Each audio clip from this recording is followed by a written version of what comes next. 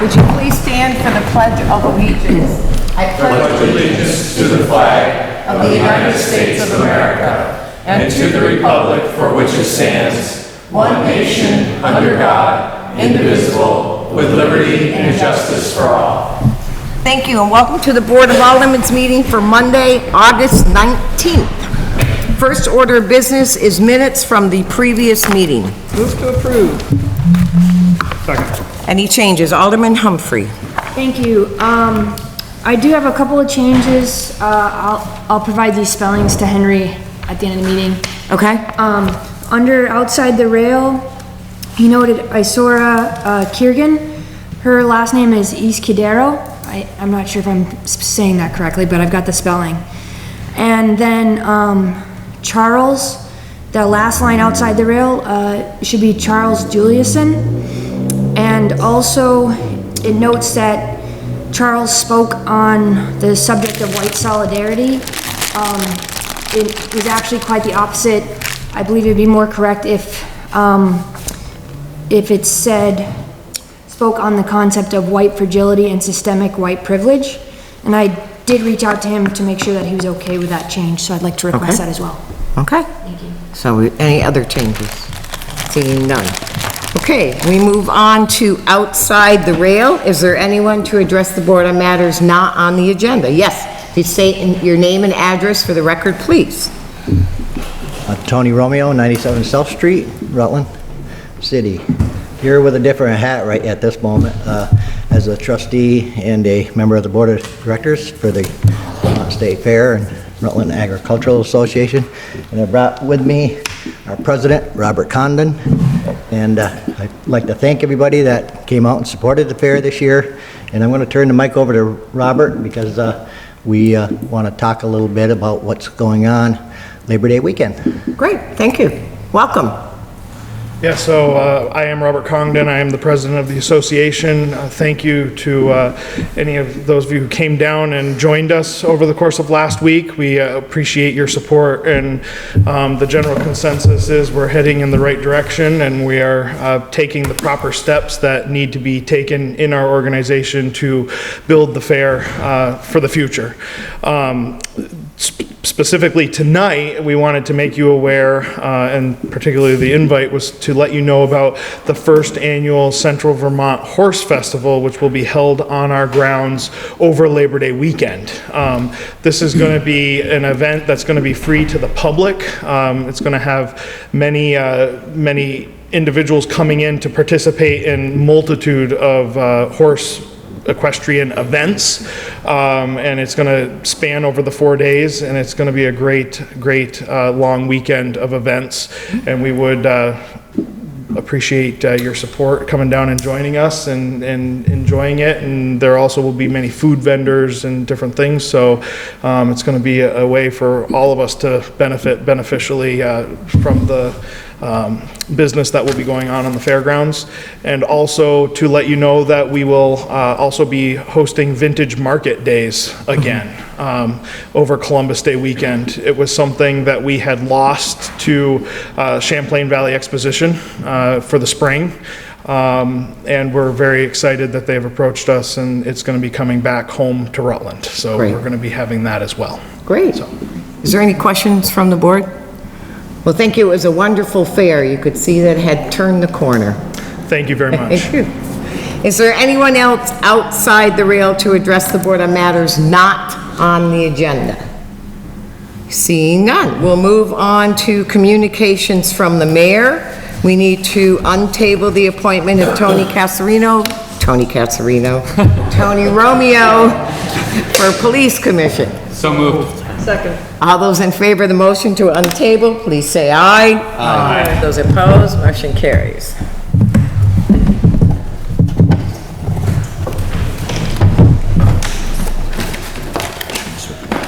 Yeah, and I need a motion to circulate the ballot. Second. All those in favor, please say aye. Aye. Those opposed, motion carries. I'll ask the clerk to circulate when he has a moment. I'm just trying to catch up with you. That's all right.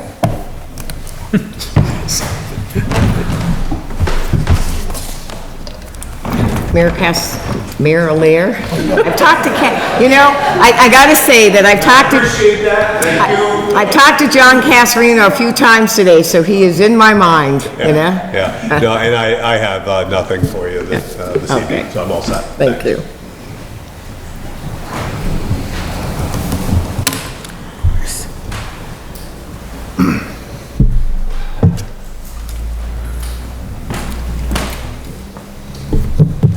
Okay, we'll have the city attorney, who appears to have escaped, to count the ballots. So while that's happening, we'll move on to additions and deletions to the agenda. We need to add the report, or the Untable, the report from Community Development, so we may deal with it tonight regarding the College of St. Joseph. So moved. Second. All those in favor, please say aye. Aye. Those opposed, motion carries, and we will address that under unfinished business. So we are on to reports and letters from department heads and officials. Treasurer Markowski, July Treasurer's Report.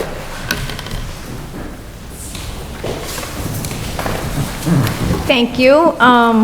My apologies, July report is never very exciting. I mean, it's not completely meaningful because I think it's important that you get the monthly reports.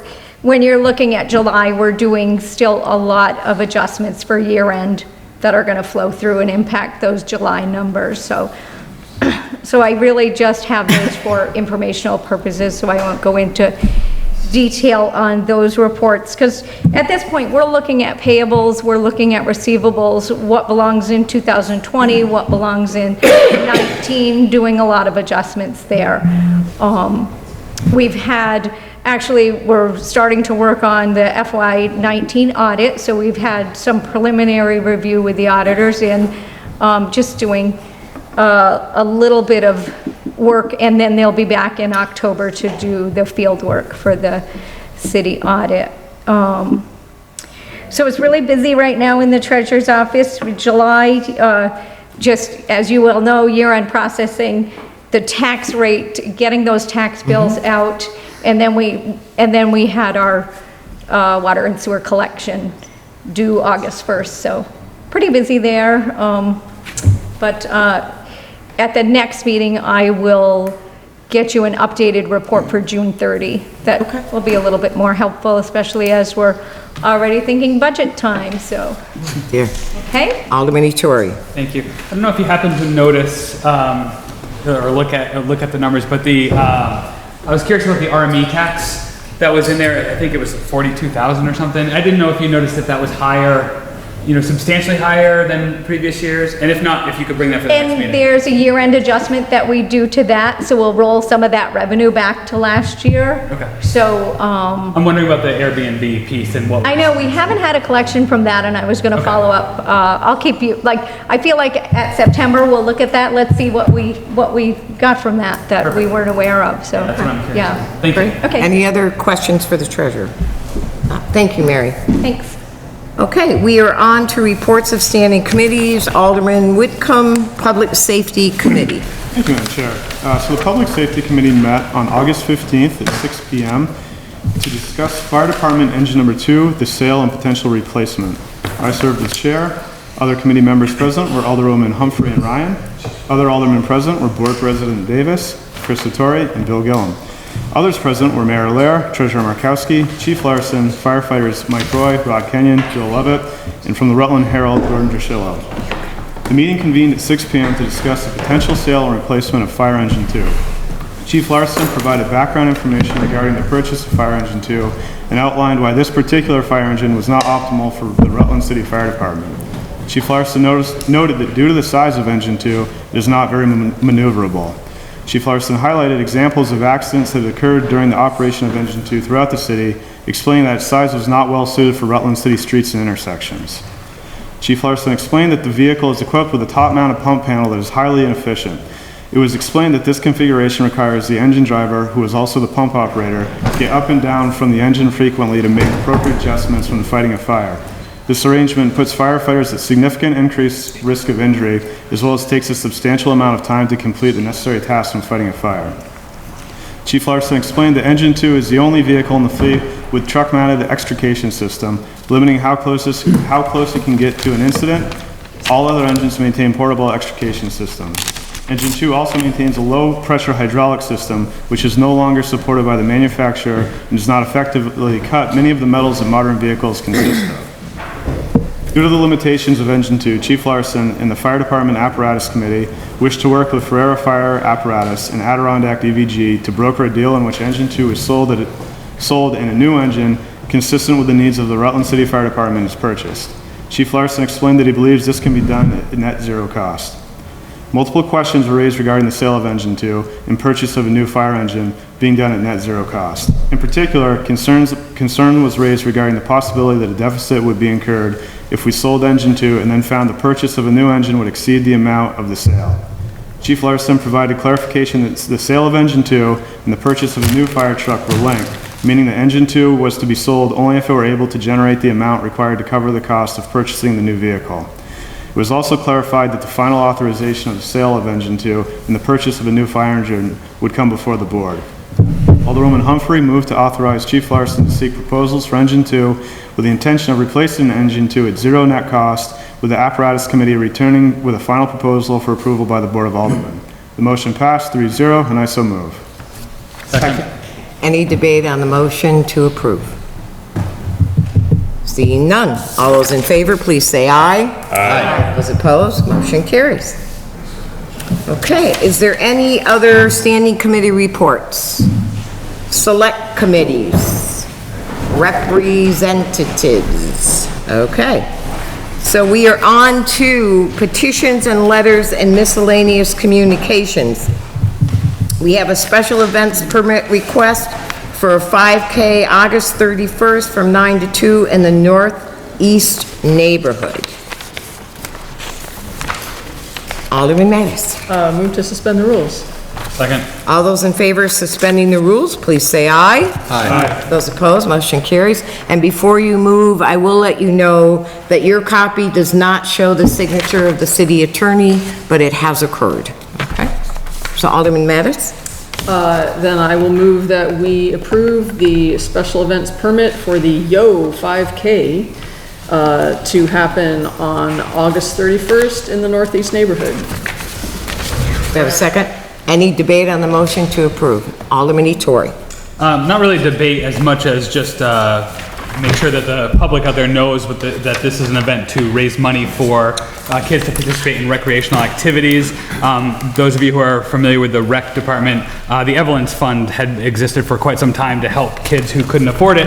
Let that not be a barrier. And this is a way for to create a different fund as the Evelyn's Fund comes to a close, to create a different fund to help those kids participate in the activities that we know benefits them later on in life, that money shouldn't be an object. So participating in this is helping that. Right, thank you.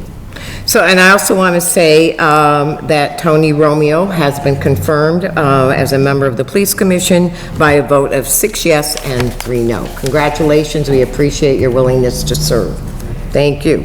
Is there any Board of Control Commissioners? Unfinished business. We are under unfinished business. Alderman Ettore.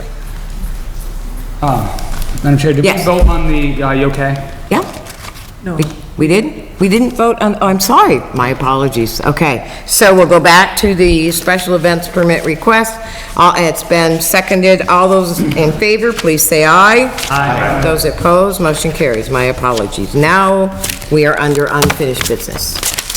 Move to untable the motion to request $10,000 for Zemias for the CSJ feasibility. Any debate on the motion? Well, no, the motion to untable is non-debatable. All those in favor, please say aye. Aye. Those opposed, motion carries. So we have a motion back on the floor. The motion out of committee was to approve $10,000 of the Zemias Fund with the earmarked fund not to be spent on project team salaries. That motion still stands? Okay, so moved, it's been second. Any further debate? Alderman Whitcomb.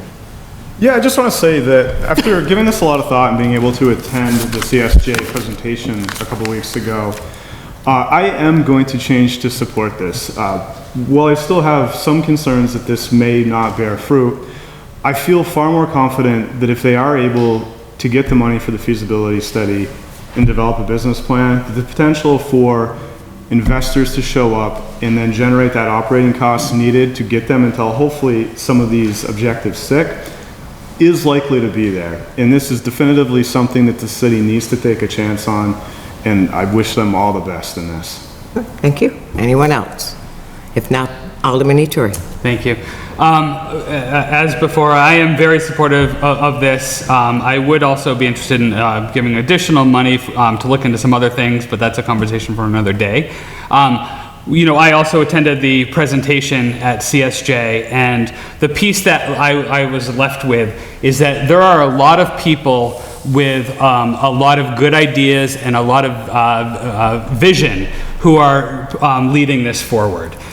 There's some people with good contacts, and it's a really it's an opportunity for us to draw entrepreneurs here, to draw small businesses here.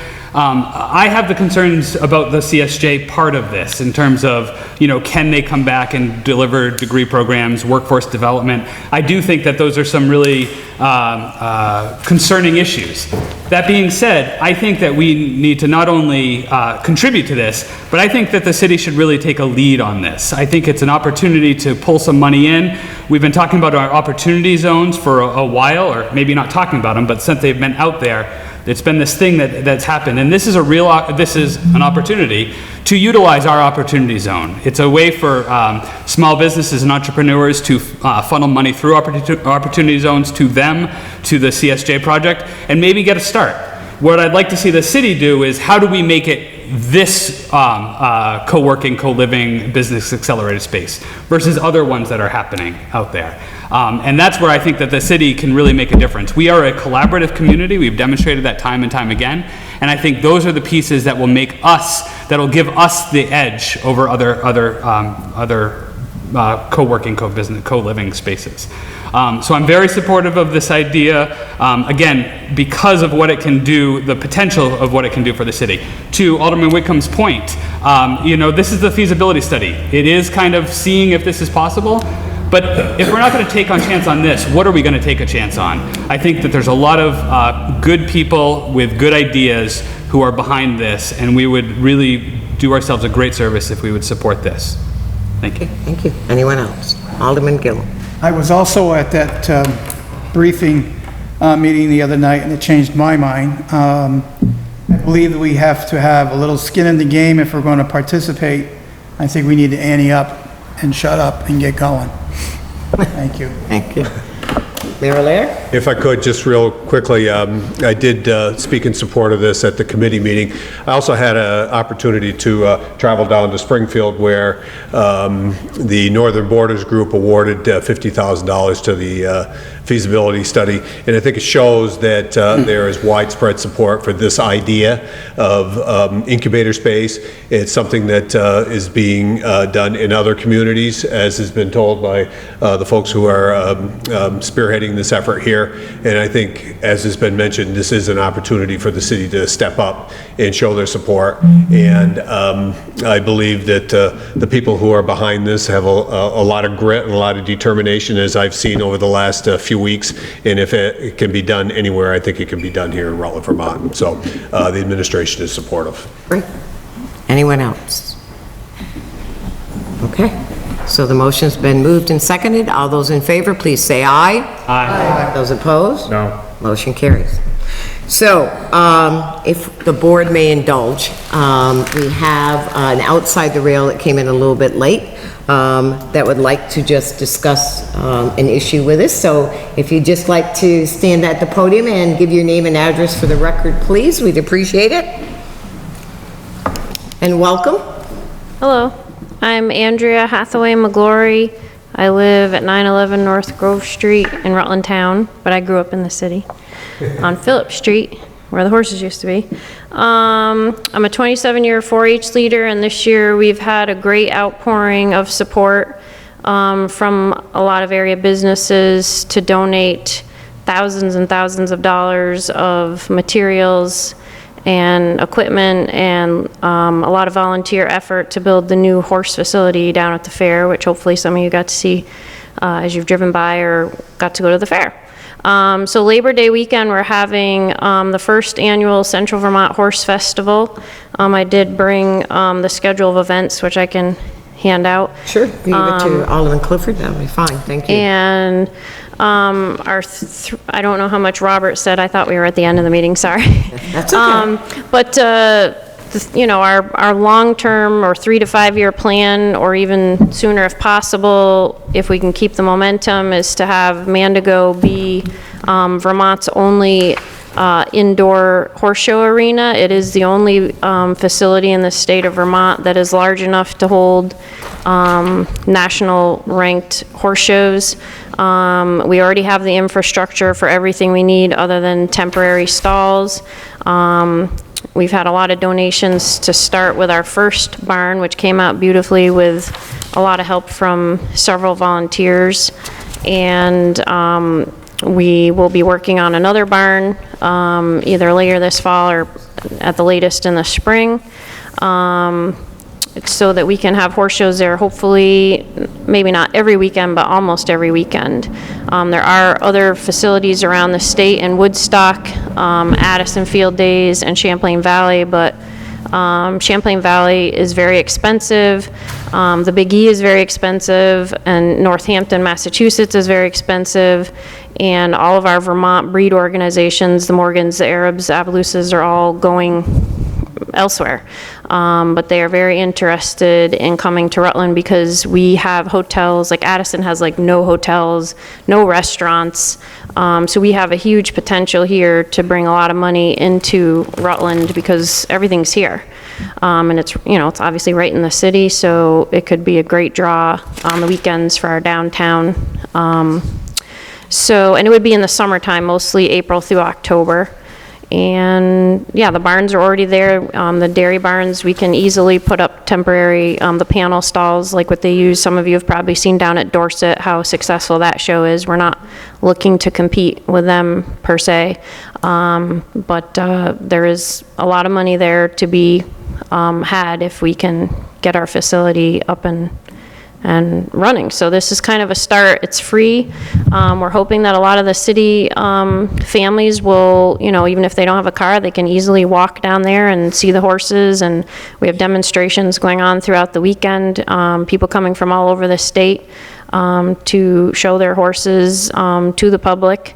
They're volunteering to do this, and they're excited to help contribute to our efforts. And I hope people will come and check it out and be proud of what our community has built. Thank you. You've put a huge amount of effort into it, and we certainly appreciate that. It looks wonderful. Thank you. Looks wonderful. Any questions from the board? Thank you. We'll look forward to it. All right, thank you. So we are under miscellaneous motions, resolutions, new business. Alderman Ettore. I'd just like to refer the issue of the CSJ Business Incubator Space to Marketing Committee. Not there's anything coming soon, but something to, as a placeholder, to talk about some of the things that the city can do to support that. We have a second? Second. Any debate on the motion to refer? Seeing none. All those in favor, please say aye. Aye. Those opposed, motion carries. Alderman Whitcomb. Yes, thank you. So I had the opportunity to meet with Glenn Reed last week of the Vermont Council on Independent Living. And one of the issues we were discussing was accessibility. And in particular, we arrived at the crossings in Rutland are less than optimal. Not just because they're not designated as well as they could be, but also because people fail to yield for pedestrians for the most part. So one of the things I would like to see is I'd like to refer this to the Traffic Safety Committee to see if there's something that we can do as a city to maybe better designate these areas, enforce something, or even look at what other communities have done. So there's a motion to refer to traffic safety. Is there a second? Second. Any debate on the motion to refer? Alderman Gilman. I just want to ask a question. Is it because of lining, because the crosswalks are not finished yet, or is it one of those, is that part of the problem? Well, I think, and Glenn's here too, by the way, so if he wants to speak, he's certainly free to. But I think two of the issues we discussed were, one, the painting, two, you know, is there anything that illuminates where a crosswalk is? But third, if you've ever stood at a crosswalk, you wait for a very long time in this city before people actually yield for you to cross the street. You're welcome to address the board if you'd like. why I support this. As a employee with Vermont Center for Independent Living and working with people with disabilities, I experience this on a regular basis, traveling around the downtown core area with people in wheelchairs and people not stopping at crosswalks or not looking or just going right through in front of wheelchairs. But also as a citizen of the city and living on Killington and trying to cross Main Street up there, I've experienced that as somebody with no mobility issues, of people running red lights on a regular basis now and going too fast. And I'm a member of our advocacy group made us aware of this effort over in Klamath Falls by the police department, where they monitored for 2 weeks a major intersection where there had been issues and gave out tickets and warnings, and then a few weeks later they found that the rates of transgressions was reduced. So, I think anything that can help improve pedestrian safety in the city is a good thing. Thank you. Anyone else? Not the motion is, Alderman Clifford. No, good. Sorry. Motion is to refer. All those in favor, please say aye. Aye. Those opposed, motion carries. Alderman Clifford, do you have something? Yeah, I'd just like to recognize the retirement of Danny Manieri from DPW. He was here for 40 years, came up through the trenches, literally, from the water department, ran equipment, trucks, and he advanced to foreman, and his institutional knowledge is going to be missed. Correct. So I just wanted to recognize him and wish him a happy retirement along with his wife. Absolutely. Congratulations, Danny. Thank you for all your service. Anything else under miscellaneous motions, resolutions, or new business? If not, a motion to adjourn would be in order. Second. All those in favor, please say aye. Aye. Those opposed, motion carries.